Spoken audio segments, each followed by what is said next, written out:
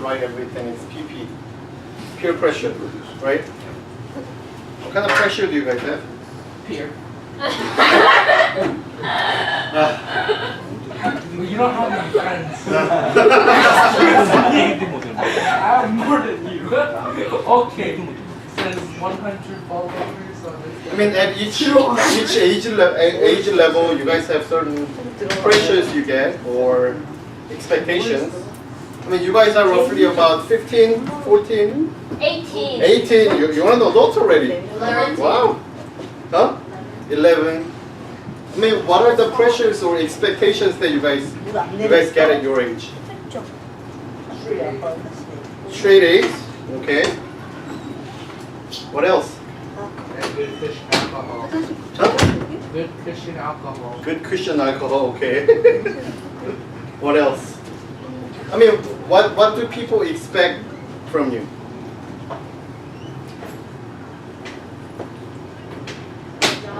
Huh? Get a, I mean, that's against the law. You're 11. If somebody makes you, I mean, do some labor, I mean, they get arrested technically. No, I mean, get fined, I don't know. But if you are below age 16, you're not, I mean, allowed to technically work. What else? Fitting. 뭐 어떤 걸 기대해요? 사람들이 뭐라 그래요? 네? I mean, I'm in my 30, right? 30s. That's the time when, I mean, people don't really expect much from us, right? This age, because age 18, what do you get to do? Drink. No, you get to vote, Oh. right? Wow. At age 21, you get to. Priorities. Oh, yes, At age 21, you get drive to legally drink. For age 30, it's like there's nothing there. It's like just keep doing what you're doing, right? I mean, if you have a job, keep doing what you're doing. People don't really, I mean, expect much from us. In my age, maybe they expect us to have a, I don't know, Why? yeah, spouse or a kid or decent job, things like that. Or maybe a house, I don't know. Cash? Okay. Yeah. Yeah? What topic are we talking about? We're talking about peer pressure. And then I'm actually right now talking about what kind of pressure that we get in our age group. In my age group, it's like those things. Like a job, I mean, spouse, money, house, things like that. But for your age, Grades. grades, yeah, those are big ones, right? Tests. Huh? Test, yeah. It's, I think it's related to grades, right? Friends. Friends that somebody don't have. Belonging to there. Huh? Belonging. Belonging. Okay, yeah. I mean, how is it difficult for you guys to kind of be independently minded, kind of resisting all those pressures, or are you guys like easily kind of get impacted by those pressures? Do they make you? I mean, if those pressures make you overwhelmed, I mean, you are technically getting impacted by it, right? If you are totally fine going, no matter what they say, you know, then I guess you may be not so much impacted by it. But usually people, not so much people are completely free from getting peer pressure.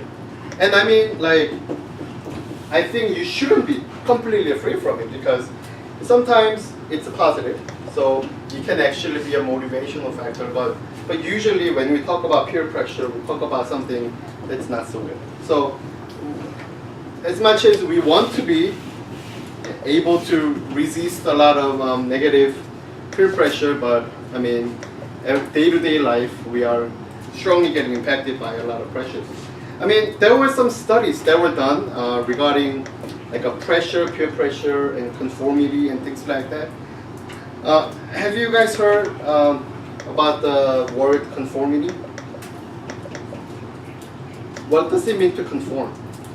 To match something. To match something, right? Then conformity is what? Huh? It means like you kind of feel the need to huh? Conform. So to match some kind of majority value. So there were some studies done about this conformity, how humans are very vulnerable to those pressures and conformity.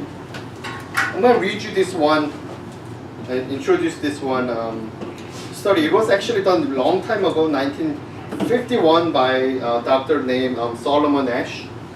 It's a conformity experiment. So he actually believed that main problem with peer pressure, it actually prevent people from having a reasonable mind. Know what I mean? There is something that's obvious in front of you, but if somebody's saying that's not true, then you kind of tend to believe that, oh, actually that may not be true, even though it is obvious that it is true, right? Such as this is black, right? But everyone around you is saying this is yellow. Then at the end you kind of doubt about the fact that this is black, right? And you say, oh, what color is this? And you say, yellow. Kind of like that, because everybody else is saying it's yellow, right?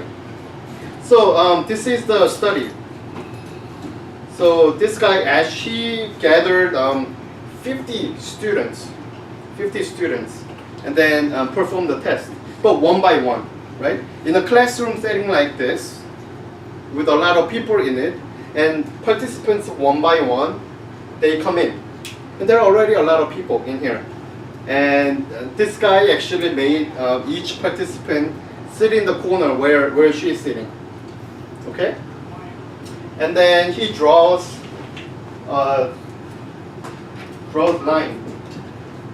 A, B, and C. A line, B line, and a C line. And he draws another line. Like this. And he asked the people, of course, there are a lot of people in the room. Only the person sitting in the corner is actually the person who's getting experimented. All other people knows what's going on already, right? So he asked each person which line is the most similar to this line. What's the answer? Obvious answer. A, right? But then prior to the test, he made all the other people say it's C. Except for the person sitting in the corner. And then you ask each people, right? And he intentionally asked the person in the corner the last. So, what is it like? So which one is the closest? People say C, C, C, C, C, C, C, C, C, C, C, C, C. And then you were sitting there, you're the last turn, and the instructor asks you, so, which one? How would you answer? A, right? How would you answer? A. Other 49 people are saying it's C. How would you answer? Huh? Who cares? Okay, who cares? Okay, I wish that's one of the choice, but I mean, can you expect the result? How many people said C 50. instead of A? 0. I mean, it is a very obvious thing, right? If somebody, it kind of seems too stupid to just go with C. But then the thing is, here's the results. Here's the results. 50 only. On average, about 32% of the participants were placed in this situation went along and conformed with the clearly incorrect majority on the clinical trials. 32%. So basically, how many people are here? 1, 2, 3, 4, 5, 8, 9, 10. These three just conform to the C. Right? That's a pretty big pretty big percentage, knowing how obvious the answer is, right?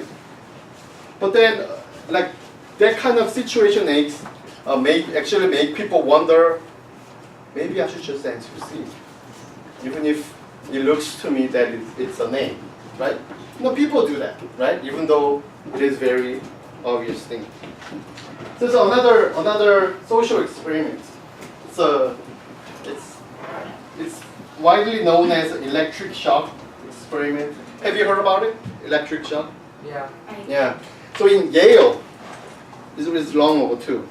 So they gathered a lot of participants, varying from like a unskilled worker to like a top-notch professionals, and then they were paid about $4.50. It was like years and years ago, so it was actually a lot of money. 1963. It was a lot of money, $4.50. So they actually gathered people to participate in experiments, and then they just made it sound like it's a learning experiment. And then they paid everyone $4.50 for just participating. And then what they did was put these people in front of a electric shock generator, and inside another room, you can actually see through the glass. There is another person sitting there, and there is a authority figure, a professor with a white coat, tells the participant to turn on the electric shock generator, and then turn it off, turn it off, turn it off one by one when they are instructed to do so, right? And then, of course, the electric shock is fake. And then the person sitting inside is actually an actor. They just go like this when they turn it on. So they start from very like a minor electric shock and goes all the way up to 450 volts. I don't know how many people of you guys are engineers, but 450 volts is pretty high, right? And they turn it up, turn it up, turn it up, and also the person screams inside and all that. But then the professor says, and then people probably refuse, right? I don't want to do it anymore. Then the professor says, please continue. And they do it again. And then they resist one more time. Then professor says some other thing. The exact wording is, the experiment requires you to continue. And they just go on and on. And they refuse again. The professor says, it is absolutely essential that you continue. And they go again. And then fourth time, you have no other choice but to continue. And then it goes on and on and on. And they witness people getting electric shock in there, about to die. But they go on and on and on. If you were put in that situation, what would you do? Would you just stop and walk out? Or would you just keep going? Stop? Okay. How about other people? Stop. Stop? Okay. Listen to you. Uh-huh. I mean, okay, here are some factors. This person, who happens to be, I guess, a professor, is from Yale, first of all. He's wearing a white coat. Right? What else? Using big words. Using big words? And what? And he probably has a British accent. Maybe. Absolutely. I don't know how to do one. And also, they got paid. Right? They got paid. And it was done inside a library. Looks pretty legit, right? So because of all these factors, a lot of people actually went all the way up to 450. Guess the percentage. 65. So 6.5 out of 10 people, knowing this is hurting severely, like to the point where it might kill the person inside, 6 out of 10 people went all the way up to 450 voltage, which could kill someone, just because all these things took place. That's how human minds are very vulnerable, right? We know we can stand strong even when there is a lot of things giving us pressure. Because like big words like this, like they just say it's required, it's absolutely essential. You have no other choice than that, right? Even those. If like a professor is Mhm. trying to do, Uh-huh. why is like a professor trying to do Because this was just a test. The electric shock was fake. So they're saying all these things. Even with those words, people's mind can be manipulated, right? So sometimes we think, oh, I mean, I'm so confident we can. I'm not gonna get like influenced by all this negative stuff. But I mean, human minds are sometimes not that strong. So it actually requires a lot of, a lot of things to prepare for it, because peer pressure just it doesn't really like announce beforehand. Here I come. I'm a peer pressure. I'm gonna go attack you. They don't do that, right? It just like abruptly come to you. Sometimes it can be just little things that your friends say to you, right? Sometimes it can be little thing that your teacher say to you. Sometimes it's something from your parents. It could be something little, it could be something big, but a lot of things, whether you notice it or not, is impacting you and then giving you a lot of pressure. So, but then the thing is, like I said, peer pressure is not always bad, right? What are the good kind of peer pressure? Good kind of pressure. Good things. How would you define a good peer pressure? Let's say if you are the only one living here, would you have motivation to do the things that you are doing right now? Let's say your parents are not saying anything about you going to school. Let's say there is no friends, nobody at school. But then you kind of know that you have to go to school. But would you actually be going to the school like you are going right now? No, right? Because there's always peer pressure going on. So what are the good peer pressure? Something that can, what? make you do better things? So motivational peer pressure, something that you want to do better, right? I mean, sometimes a little bit of competition, a little bit of pressure actually helps you to achieve bigger things, right? What else? What else? What are the good peer pressure? Justin, what are the good peer pressure? Huh? It helps you reach your goals. It help you if it helps you.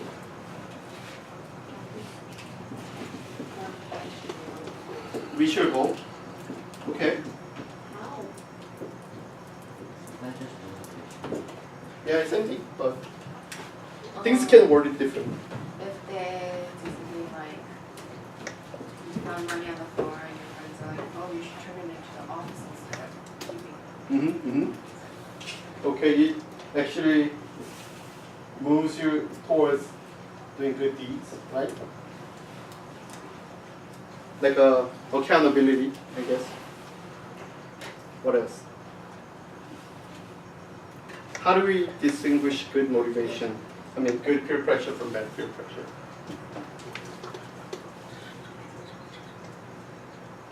how do you know when you guys are healthy? What question? Huh? How do you know you guys are healthy? Sometimes, one time my friend told me that in PE she took this thing, like, I think it's called BP. Uh-huh. I don't know. You take it to know if you're healthy or not. Uh-huh. And I think she got like an 18 and she said, I'm not healthy. Is he talking about BMI? Oh, yeah. I think so. Okay. Okay, if your BMI level is within some criteria, right? It's like your weight. Body mass index. Yeah, so it's like your weight divided by something plus something minus something. I don't know. I don't know how it's calculated, but there is a formula. Right? You know when you're healthy, when it feels good. Yeah. But not just that, but it feels good, but also when you are functioning well, right? When all your bodies are functioning well. You know, you have an eye problem when your eyes are not functioning well, right? Your vision becomes blurry, or like it has unnecessary lights coming in, like because your retina is detached or something. Then it impacts your ability to see, your function. So you know that it's very not good. But when you can see clearly, I mean, you know it's healthy, right? What else? When you always have shortness of breath, I mean, sometimes you have to kind of check your lung and check your heart, right? But when you are just perfectly fine breathing, I mean, your heart is healthy, your lung is healthy. When it's completely functional, right? So as long as those pressures that you get, if it motivates you to function better in every aspect of your life, it is helping you. In that case, what's the good peer pressure? I mean, bad peer pressures then? What are the negative peer pressures then? Because sometimes you feel pressured by random stuff, but you kind of have to do this task of kind of figuring out if it is a good peer pressure or bad peer pressure. You know it's bad when it moves you away from what? Good. I mean, being functional, first of all.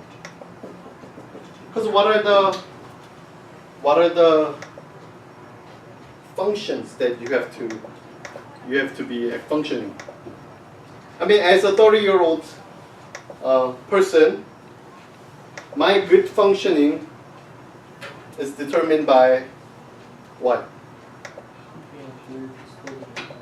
Huh? Keeping a good steady income. That's good, yeah. What else? How can I tell I'm a good functioning 30-year-old? I mean, I have to at least stay healthy at this age, right? I mean, if I have, I don't know, super high blood pressure at this age, that's a really bad sign. That means I'm not taking care of myself, right? I mean, if I can take care of the family, I mean, that's a good sign. How about in your age? What are the functionings that you guys have to be doing? By the way, it doesn't mean that you guys should be always getting an A or anything. Nothing like that. But what are the What are the functionings as a high school students? I need your feedback, responses. Good grades. Good grades, okay, it can be. It can be one of the good functions. Because it's equivalent to job functioning of an adult. That's how we determine. When a client comes in, if it's an adult, we ask about how he's doing at a workplace. And when it's students, we ask about how they are doing at school. What else? Good relationships. Good relationships, right?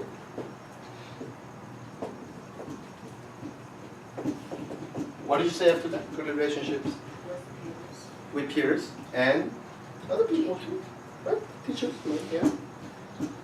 What else? I mean, health applies to everyone, right? Not just 30-year-old. Also what?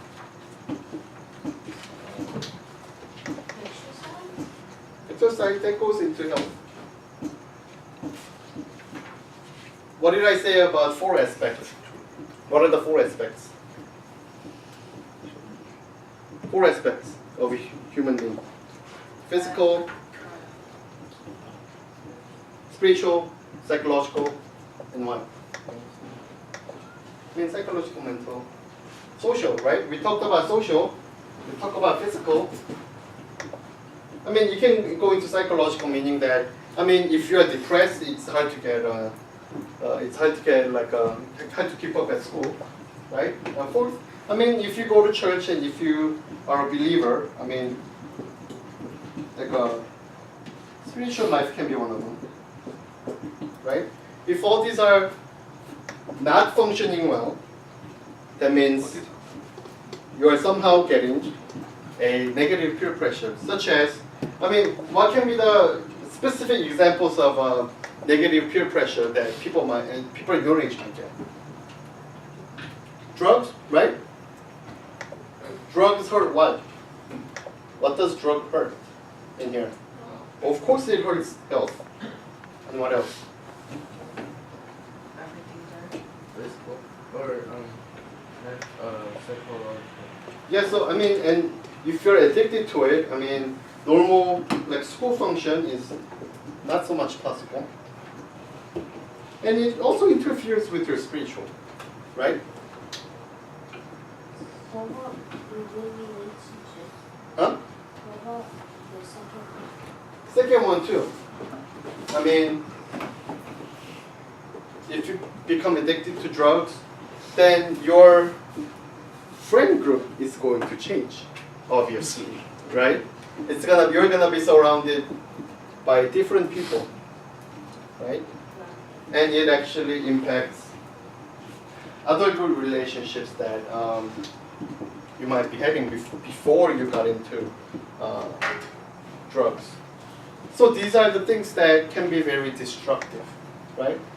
But some things are kind of in the middle, kind of in a gray area, right? Let's say parents demand,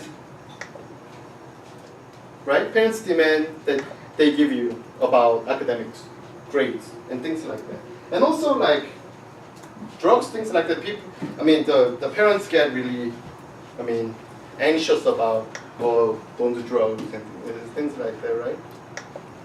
This is when, this is kind of in the gray area. Parents demand. And this is the part where I kind of want to say something to the parents, right? Because parents get overly anxious about this peer pressure, right? 부모님들이, 그렇죠? 부모님들이 가장 많이 걱정하는 게 아이들이 밖에 나가서 점점 더 크면 허튼 짓을 할 것 같고, 그리고 다른 아이들한테 이제 굉장히 많이 영향을 받아서 안 좋은 짓을 할 것 같은. 그래서 그 친구들한테서 그러오는 peer pressure 때문에 얘네들이 잘 자라왔던 거를 망치진 않을까 하는 이제 그런 걱정들을 이제 많이 하시는데, 그러다 보니까 어떤 일이 생기냐면 한 가지를 굉장히 오래 아이들을 앉혀놓고 렉처하는 일이 생겨요. 그렇죠? 마약에 대해서, 관계에 대해서, 그렇죠? 갑자기 여자친구를 데려왔어요, 아들이. 예? 그럼 이제 막 질문이 막 여기서 막 나오는 거예요. 그쵸? 무슨 질문이 있을까요? 딸이 남자친구를 데려왔어요. 아들이 여자친구를 데려왔어요. 어떤 질문 하실 수 있을 것 같으세요? 어떤 질문 드세요. 직접 하시진 않았어도 머릿속에 뭘 물어보고 싶으세요? 엄마 아빠가 누구냐? 그렇죠. 엄마 아빠가 누구냐? 뭐 하는 사람이냐? 직업이 뭐 하냐? 그렇죠. 그 집안이 어떤 걔네 집안이고. 형제는 누구 있냐? 그렇죠. 그렇게 다 물어보고 싶죠. 그 아이는 공부는 잘하냐? 잘하냐? 그렇죠. 여러 가지를 다 물어보고 싶어요. 꼬치꼬치. 그렇죠. 그 다음에 이제 막 아이들이 술을 막 마시면서 다니지 않을까, 마약을 하면서 다니지 않을까 굉장히 불안하기 때문에 이제 여러 가지 이야기들을 또 벤처에서 하시는 게 절대로 안 되고 이렇게 해서는 안 되고 이렇게 하면 안 되고 이렇게 하면 안 되고 이러는 거예요. 근데 이거랑 비교를 해볼게요. 아이들이 이제 자전거를 타러 나가는 거예요. 그렇죠? 그러면은 뭘 얘기해 줄 수 있을까요, 거기다? 차조심. 그렇죠. 근데 아이들이 이제 자전거를 이제 타고 나가려고 하는데 어떤 게 제일 좋은 상황일까요? 부모님이 하시기 좋은 말은? 안전 뭐 착용하고. 그리고요? 안전. 그렇죠. 그냥 wear helmet, 그러니까 헬멧 쓰라고. 헬멧 잘 착용하고, 헬멧 잘 착용하고, 차 잘 보고. 조심히 잘 다녀와. 거기까지예요. 그렇죠? 왜냐하면 아이들도 커먼 센스가 있어요, 없어요? 있어요. 있어요. 그래서 아이들도 자전거 막 타고 가다가 기차가 막 오는데 뛰어들지 않아요. 주로 뛰어들지 않아요. 그렇죠? 그리고 자전거 막 타고 가다가 갑자기 넘어질 수도 있고 그럴 수는 있어요. 그렇죠? 근데 그런 위험은 뭐 언제나 있는 거예요. 그러니까 자전거를 타려면 어느 정도 감수를 해야지 되는 문제인 거죠. 그런데 자전거를 아이가 타고 나가려고 그럴 때 헬멧 써야 되고 이거 착용해야 되고 이거 착용해야 되고 이거 착용해야 되고 이거 착용해야 되고 노란 불일 때는 네가 무조건 멈춰야 되고 막 그런 얘기를 다 하면 아이들이 어떻게 되죠? 헬멧 조차 안 쓰고 싶어요. 무슨 말인지 아시겠죠? 그러니까 어느 정도는 그러니까 이런 거예요. 그 전에 어느 정도 이제 아이들하고의 그런 좀 관계 형성이 되셨다면 그런 부분에 있어서 힘드시더라도 정확한 몇 가지의 룰을 주시되 너무 거기에 있어서 이렇게 귀찮을 만큼 많은 얘기들이 이렇게 오가게 되면 아이들이 기본적인 그 한두 가지도 던져버리고 싶어하는 마음이 굉장히 많다는 거죠. 그래서 이제 그런 부분이 이제 참 많이 중요하게 작용이 되는데, 그러니까 너무 과하면은 이렇게 덜한 것만 못하다고 우리가 자세하게 몇 가지 기본적인 거는 지침을 해주되 거기에 대해서 아이들이 스스로 배울 수 있는 룸도 좀 주셔야지 되고, 그렇죠? 왜냐면 아이들도 경험을 통해서 배워야지 되는 부분이 좀 조심히 하고 몇 번 넘어져 그러는 거죠. 그러니까 그런 부분들이 있는데 그거를 모든 위험성을 다 제거시키기 위해, 그렇죠? 하나하나 다 꼬치꼬치 이러면 안 된다, 이러면 안 된다, 이러면 안 된다 이게 많아지면 오히려 더 아이들이 반대로 행동할 수 있다는 게 저희가 이제 주로 얘기하는 이제 그 티네이저 아이들의 이제 습성이라고 좀 말씀을 드릴 수가 있을 것 같아요. 그래서 평소에 이제 좀 많이 쌓여져 있는 그런 대화와 신뢰가 참 중요해지는 게 또 그런 부분이죠. 그래야지 이제 좀 부모님도 안심이 되고 아이들도 조금 부모님이 이렇게 간단하게만 이렇게 얘기를 해주는 거에서도 좀 무슨 말인지 캐치하고 또 자기들도 하고 싶은 모티베이션이 생기는 거니까 이제 그런 부분 해주시는 게 굉장히 필요해요. 왜냐하면 그런 이제 프레셔를 너무 강하게 주다 보면 좋을 수 있는 이제 피어 프레셔도, 그러니까 좋을 수 있는 프레셔도 굉장히 안 좋은 프레셔로 작용을 할 수가 있기 때문에 어느 정도는 부모님들도 이제 티네이저로 올라온 아이들한테는 조금 룸을 주셔야 된다고 좀 얘기를 하고 싶어요. 그 페런팅은 항상 그쵸? 어렸을 때는 굉장히 웰 스트럭처가 탁 된 데서 시작했다가 점점 이렇게 가는 거잖아요. 근데 많이들 이렇게 거꾸로 가서 이제 문제지만 이제 아이일 때는 다 예쁘니까 좋아. 그래 이거 먹고 싶어, 이거 먹어, 이거 하고 싶어, 이거 해, 이거 사줄까 다 해요. 그러다가 이제 애들이 이렇게 점점 크니까 아이들이 이제 열 몇 살 넘어가고 이러면서 조금씩 문제를 일으키기 시작하죠. 이걸 어떻게 감당을 못할 것 같아요. 그래서 확 잡아요. 그렇죠? 그러면 이제 거기서부터는 아이들이 잡히는 아이들도 문제고 안 잡히는 아이들도 문제예요. 안 잡히는 아이들은 탈선을 하기가 쉬워지죠. 근데 잡히는 아이들은 나중에 어떻게 되냐? 자기 스스로 못해요. 그렇죠? 왜냐면 막 이렇게 엄마가 잡고 있으니까 이렇게 갖다가 이렇게 어미새처럼 이렇게 다 갖다 이렇게 먹이를 주는 거에 익숙해진 거라. 그래서 이제 나중에는 아이들이 이제 대학에 갔어요. 야, 잘해. 가서 겨우 갔는데 기본적인 걸 할 줄 아는 게 없어요. 그러다 보니까 이렇게 뭐 챙겨야 될 것들이 있잖아요. 그 다음 학년도 거 빨리 그거 그 파이낸셜 에드 신청해야 되고 뭐 이제 오프 캠퍼스로 나가서 할 거면 아이들하고 그 집 알아봐야 되고 그런 거 해야 되는데 그냥 누군가 해주겠지 이렇게 넉넉히 있는 거예요. 그렇죠? 그러니까 그러다가 좀 그런 게 적응을 못해서 갑자기 다음 학기 등록이 힘들어져요. 너무 아기가 힘들어요. 자기 계속 다른 아이들은 다 시작했는데 난 또 힘들고 그러면서 또 막 이렇게 안 좋은 사이클을 지나는 아이들도 굉장히 많아지더라고요. 그래서 제가 저번에 말씀드렸는지 모르겠는데 그 요즘에 점점 가면 갈수록 리소스는 늘어나고 부모님들이 아이들한테 해주는 것들은 늘어나는데 대학교를 끝나고 다시 유턴을 해가지고 집으로 돌아온 애들이 많아졌어요. 그쵸? 1998년도에는 그러니까 이게 부메랑 제너레이션이라고 하는데 부머랭 제너레이션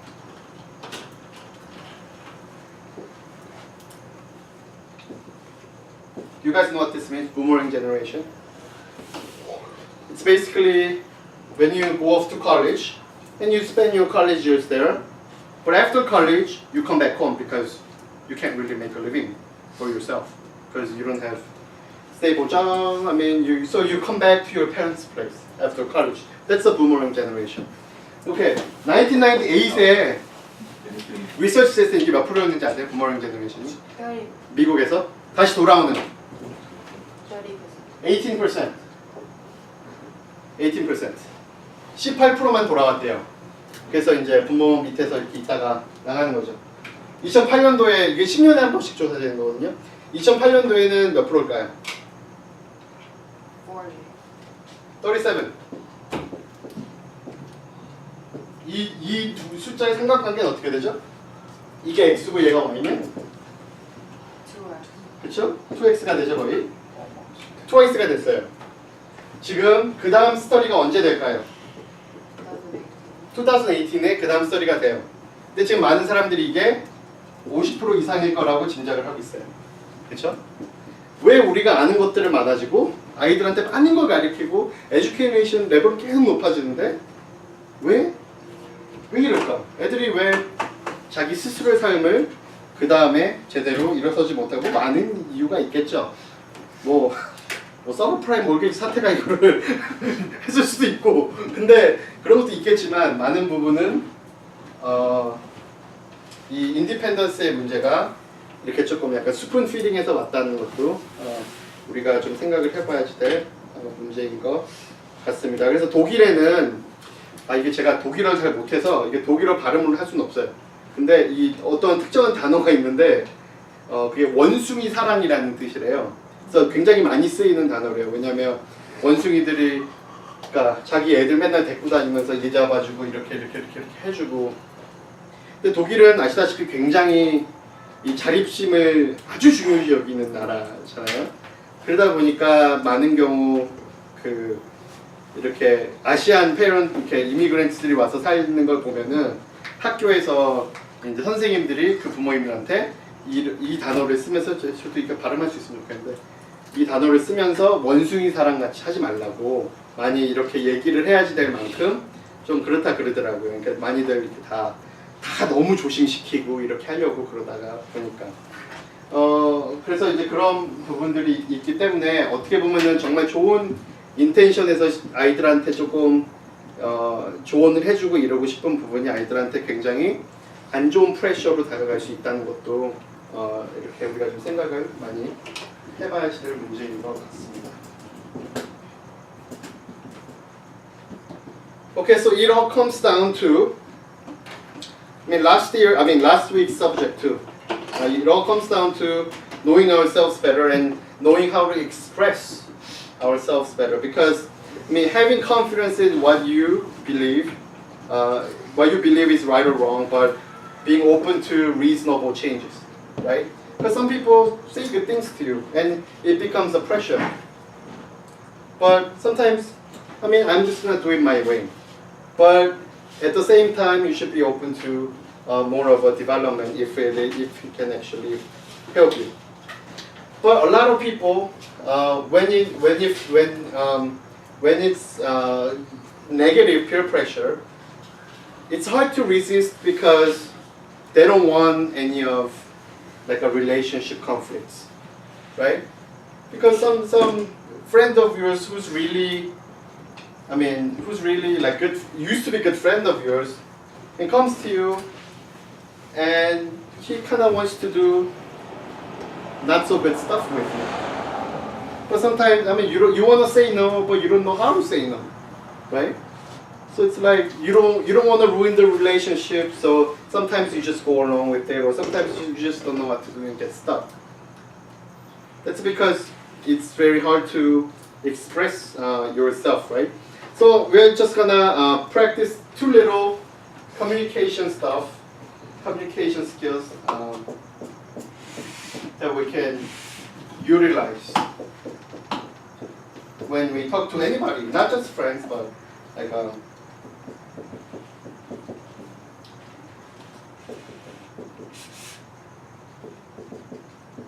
friends, family, or anybody, in order to minimize the conflict, but also you can get your point across. Okay.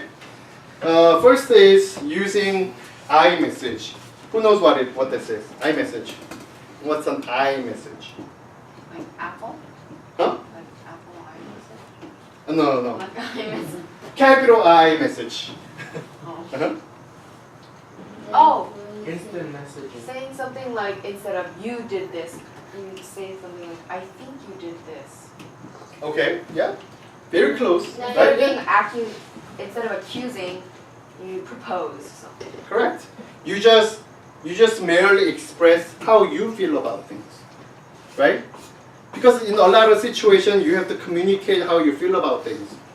But then, what makes it really hard is we are so used to accusing other people and blaming other people, especially in like a couple relationship, like in a marriage, right? When I come home from work, and I tend to do this a lot, and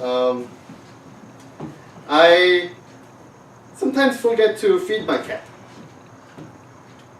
I mean, not like whole day, but like 2 hours, you know? Because usually the routine is I come a little bit early, usually from work than my wife. So I come home, and I give my cat food, and I go do my stuff.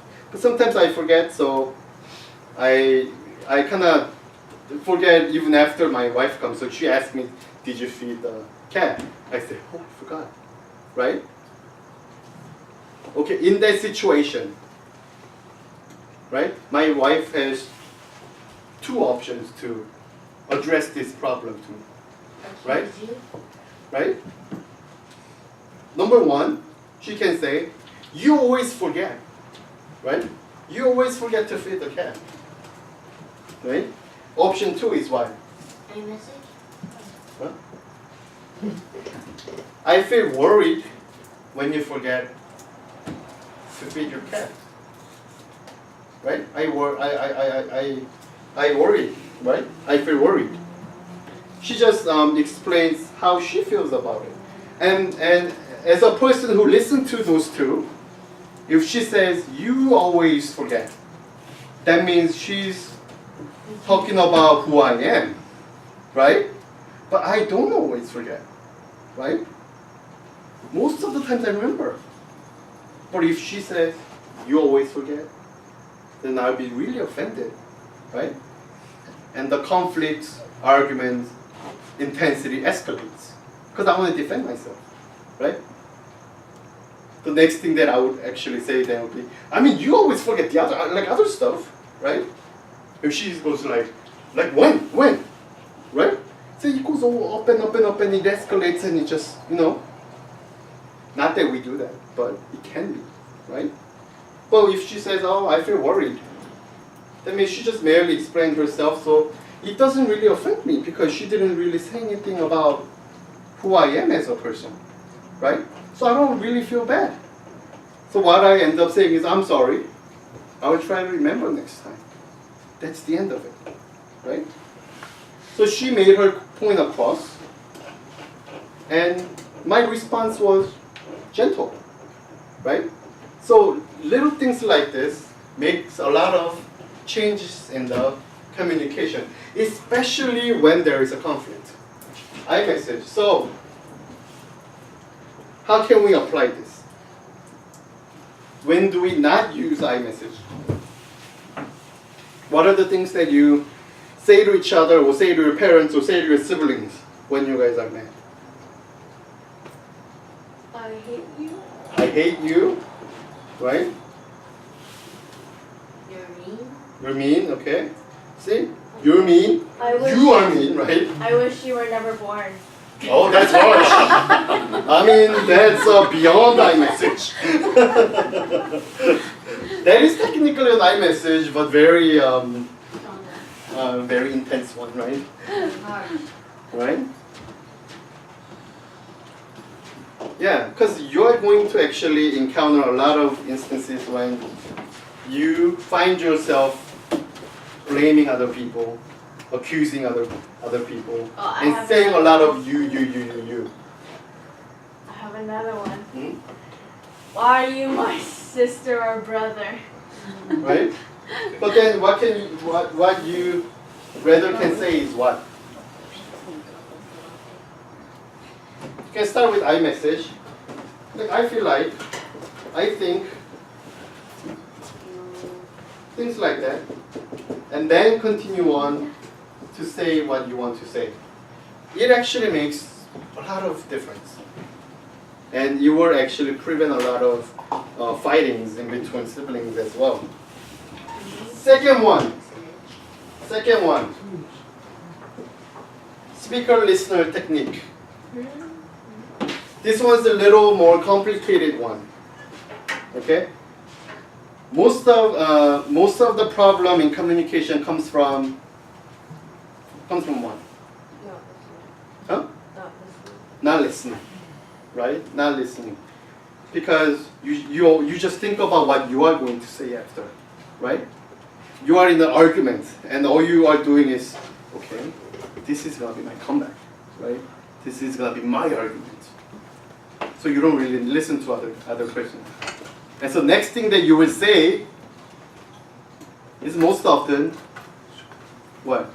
Very offensive, and plus sometimes it is not even related to what the other person was saying. And it happens a lot in like a discussion too. I mean, 그 부모님들 혹시 100분 토론 보신 적 있으세요? 한국에? 100분 토론? 네, 100분 토론이라는 한국의 프로그램이 있어요. There's a TV program called 100분 토론. It's where people come and kind of have a debate about like a social issue. And all they do is do exactly opposite of speaker listening technique. They just write up, they just think about what they're gonna say next, and then they just say this like all these things that's not even related, right? And they don't listen to each other. That's why they've never, because throughout the history of that program, like over 10 years, they've never come to a reasonable conclusion together.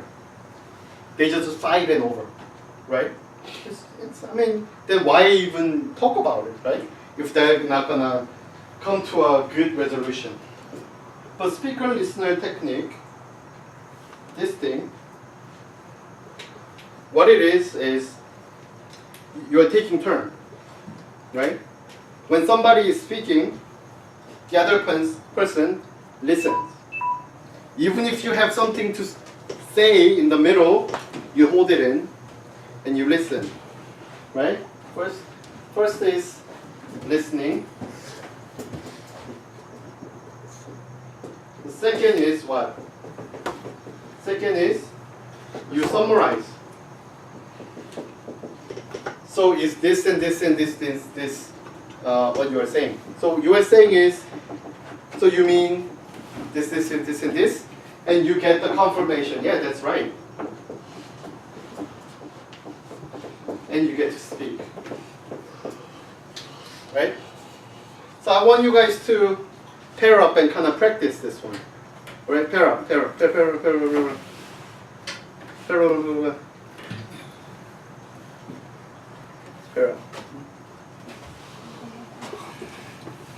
So I'll give you guys a situation. So let's say you guys are best friends. You guys are best friends. But then one of you started hanging out with new group of friends. So the another one is it feels very, she got hurt, abandoned by this. That's the situation. So this person who's feeling abandoned is trying to initiate the conversation about this. Okay? So who will be the abandoned person? Me. Okay. So who's going to be the one who with new group of friends? Okay. So it starts from person who got abandoned. Go. This step. Okay? So 이렇게 시작하는 거야. 이렇게 생각. 너 나 버리고 딴 데랑 놀았더라? 이런 거. 어?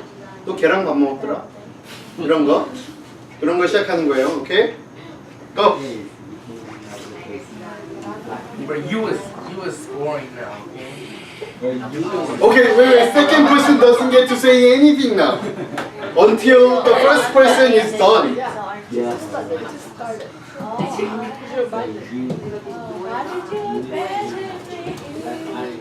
And please use iMessage when you say stuff. Timothy, why are you cussing? You're the one who's cussing. Please use iMessage. You just said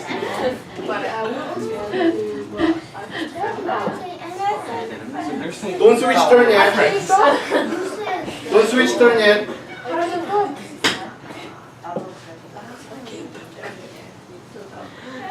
Just listen, just listen. I feel abandoned. Okay. The listener now summarize what did the speaker just say. 우리 친구 아니야. 그러면은 절교의 핸치. I know you said that. You said I was thinking I was new black boys. Well, Instead of I you just boring ass talking to Colombian them kids. for a reason. 자, summarize 했으면 컨펌 받으세요. 그런 말이 맞는지. You know why? Yes, Why? say yes. Say yes. Say yes. 만약에 예스가 아니면 다시 기회를 좀 주셔야 돼요. 하지만 좀 더 짧게. 부부끼리 해야지 잘. 네, 부부끼리 제일 많이 쓰는 거예요. 어디 가셨어 김신재 지사님? 이그제 블루 좀 보려고 그랬더니 도망갔어.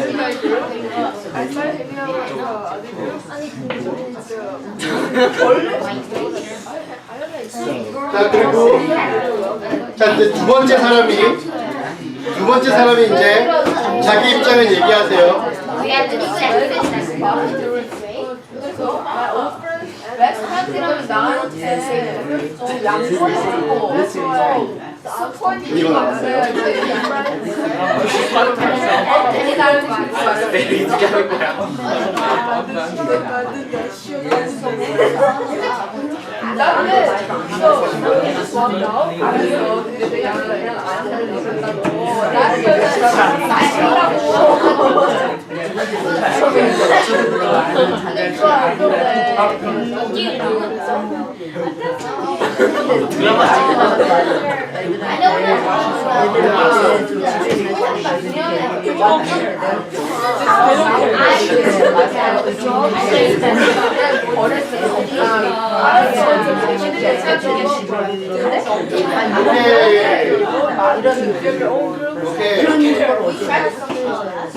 Okay.